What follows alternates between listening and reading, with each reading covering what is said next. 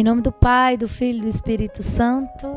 Amém. Vem Espírito Santo de Deus e hoje nos ajuda a compreender, discernir os ardis dos traidores, dos inimigos. Ajuda-nos, Senhor, com o dom do discernimento. Hora de recuar, hora de ir. Hora de fugir, hora de ficar. Ajuda-nos, Senhor, a saber qual é o momento certo de falar, de calar. Ajuda-nos, Senhor, a hora de enfrentar e a hora de recuar. Tem hora para tudo. Não é só isso, nem só aquilo, mas a hora de harmonizar as notas da nossa vida para que elas possam fazer uma grande melodia de vitória, de graça. Ajuda-nos, Espírito Santo.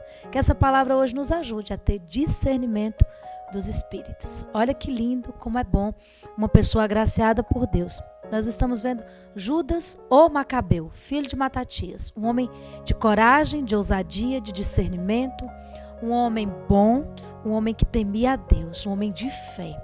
A maior qualidade, o maior valor de uma pessoa, a mais alta dignidade dela, sabe qual é? Não é o cargo que ela exerce, nem a profissão que ela tem. É o amor a Deus que ela tem. Essa é a pessoa de valor. O conhecimento de Deus que ela tem. Isso não tem conhecimento que se equipare ao conhecimento de Deus pela via da oração, pela via do clamor. E Judas conhecia a Deus, amava a Deus, porque sabia a palavra, porque conhecia a Deus pela sua palavra e principalmente porque rezava em toda e qualquer circunstância.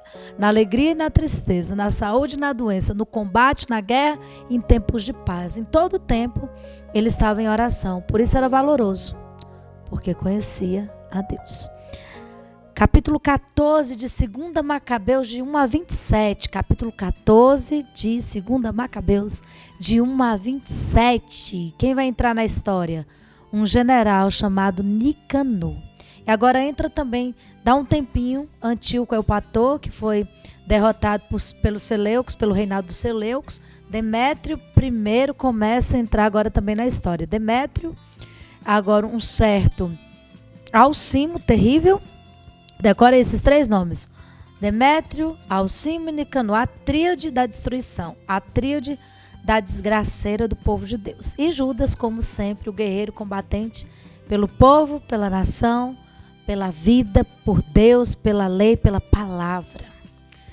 3 anos mais tarde, Judas e seus companheiros souberam que Demétrio, filho de Seleuco, tinha chegado pelo porto de Trípolis com um poderoso exército e uma grande esquadra. Soube também que o país caíra em suas mãos e que havia causado a perda de Antíoco e de seu tutor Lísias. Então Antíoco e Lísias pereceram e Demétrio, Seleuco, da era dos Seleucidas, assumiu completamente o poderio ali da Judéia, da Síria e de todo aquele território. Ora, certo Alcimo, que já é do povo de Deus, Demétrio é pagão. E Alcimo é sacerdote de Deus, da classe sacerdotal. Olha bem, outrora sumo sacerdote, mas voluntariamente comprometido por ocasião da introdução dos costumes pagãos, vendo que de nenhum lado lhe restava esperança de salvação, nem possibilidade de chegar-se ainda ao altar, veio ter com o rei Demétrios. A maldade, o poder. A pessoa primeiro introduz costumes errados. É um sacerdote que é do Deus Altíssimo, mas que se corrompe facilmente pelo poder, pelo dinheiro e pelos costumes totalmente contrários à fé de então. Aí ele vai se chegar a quem? É Demétrio. Porque viu que Antíoco não tinha jeito, né? Fez paz com Judas. Isso foi pelo ano 151. Ofereceu-lhe uma coroa de ouro, uma palma e, além disso, alguns ramos de oliveira, dos quais se oferecem no templo. Deu a um rei pagão, aquele que é designado para Deus. Muitos de nós fazemos isso.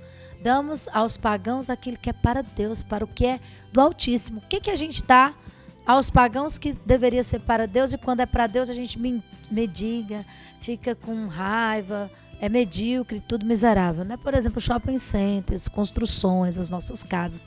A gente faz excelentemente lindas e para Deus a gente faz de qualquer jeito, com o resto, com a sobra, né? De tudo. Então a gente dá o que é de Deus ao mundo e o que é do mundo a gente dá para Deus. Oh, meu Pai, que triste. Encontrou, porém, a ocasião oportuna para executar sua maldade quando foi chamado ao conselho por Demétrio e interrogado sobre as disposições e os intentos dos judeus.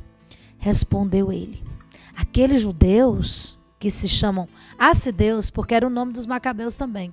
Assideus, os fiéis, foram dado o nome de Assideus, em cuja frente se encontra Judas Macabeu, fomentam a guerra e as sedições, impedem que o reino goze de paz.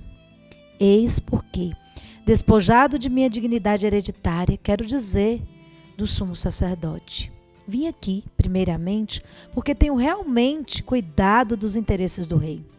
Depois, em consideração aos meus compatriotas, porque a irreflexão dos que citei mergulha toda a nossa raça num grande mal. Reconhecido isso, ó rei, pela benevolência que testemunhas a todos, toma as medidas necessárias para a salvação do nosso país e de nossa raça ameaçada, porque enquanto Judas estiver vivo é impossível que haja paz.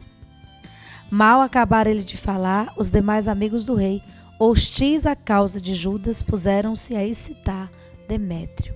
Este designou imediatamente Nicanor, o ex-comandante do corpo de elefantes, e promoveu a general da Judeia, ordenando-lhe que partisse a fim de matar Judas, dispersar suas tropas e reestabelecer Alcimo como sacerdote do grande templo.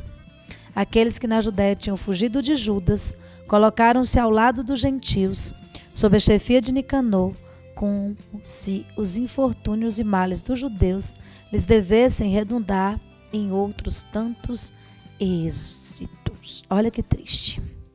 Alcimo mente descaradamente. Alcimo se coloia com o inimigo, com o pagão. Um sacerdote, um homem de dignidade, um homem de uma herança bendita de gerações.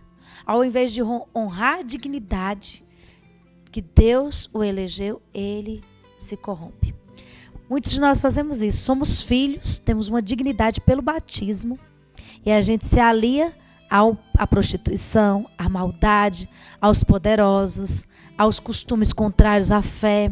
A gente se corrompe e a gente deixa que isso seja a nossa verdade. Também nós fazemos isso, quanto cristãos batizados com alta dignidade, porque ser batizado, meu irmão, é uma alta dignidade. Eu me torno filho de Deus e conquistar a altíssimo preço essa dignidade. Mas a gente deixa o sangue real de Deus em nós para que habite a podridão do pecado, a imundícia, o fedor do inferno nas nossas vidas, né? Olha que triste, como Alcimo fez. E olha aqui, Nicanor vem agora com toda sorte de mentiras coloiado pelos judeus, desertores, infiéis, que não querem a glória e a graça, e também os pagãos, os gentios, as gentes todas que também não queriam a fidelidade e o poder de Deus. Assim tá igualzinho hoje.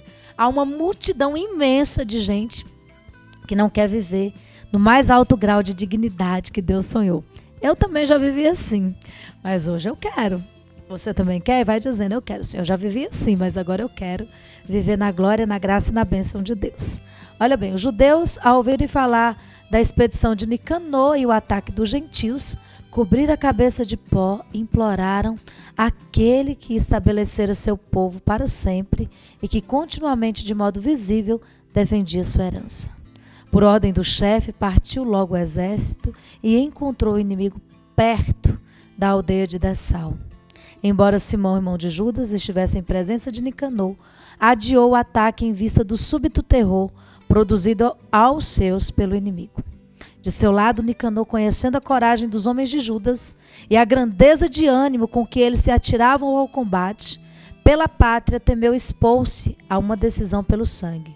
Enviou, pois, Posidônio, Teódoto e Matatias para oferecer a mão aos judeus e receber a deles também. Então, ambos exércitos, do bem e do mal, se enfrentam. E ambos, olha bem, o do mal, eles são corajosos, destemidos. Eles dão a vida por Deus. Não há como resistir a esses homens, porque souberam da fama, da fidelidade, da ousadia de Judas. E aí, olhando para você, o inimigo, ele vê que você tem coragem, vê que você é fiel, vê que você é de Deus de verdade, vê que você não negocia com a verdade, vê que você combate, parte para cima contra a maldade, contra os inimigos de verdade, não com guerra, mas com a fidelidade, com o amor, com a misericórdia, com as virtudes, com o poder do Espírito Santo, com os dons do Espírito Santo. E teme-te, respeita a tua autoridade. De contrapartida também a gente teme o inimigo, porque ele é poderoso. A gente sem a graça, em pecado mortal, o inimigo tripudia de nós, é regra. Tem um brecha, ele tripudia, ele vence a gente. Segredo para vencer tudo, todas as batalhas, todas as situações, lutos, dores, angústias, tristezas, tribulações, perseguições, trabalhos, ardis do mal, seja quais forem, o segredo é ser fiel aos mandamentos, a Deus. Se você for fiel, é impossível Satanás lhe resistir. Agora, se você estiver infiel, aí o inimigo tripudia em cima de você. Essa é a regra de ouro do mundo espiritual. E aí, gente, olha, Judas ficou ressapiado, mas aceitou a proposta de paz. Aceitou tudo, eles viveram em paz. Nicanor orientou: Judas, tenha filho, casa, goza de paz. E Judas fez, teve filhos, casou, gozou de grande paz, porque Judas estava devotado, dedicado 24 horas à causa de Deus. Então ele teve filhos, eles tinham um acordo de paz, Nicanor ficou lá, os dois eram amigos, estavam de bem um com o outro, até o versículo 27. Mas aí, Alcimo, que não se contentou em perder o poder, incitou de novo a revolta contra Judas. E aí, gente, olha bem. Exasperado e excitado pelas calúnias desse bandido, escreveu o rei a Nicanor, dizendo que estava descontente com os tratados realizados e ordenava-lhes que lhes enviasse preso Macabeu o mais depressa possível para Antioquia. Então, Nicanor e Judas de paz, aí o rei, excitado por Alcimo, pelo acordo de paz, fica com raiva, e aí Nicanor tem que obedecer ao rei. Nós vamos ver isso amanhã, nos próximos capítulos, tá bom? Deus te abençoe e deixe você feliz. Coloca aí seu comentário da graça e da glória de Deus sobre a tua vida, na fidelidade e na coragem que Deus incita no teu coração hoje.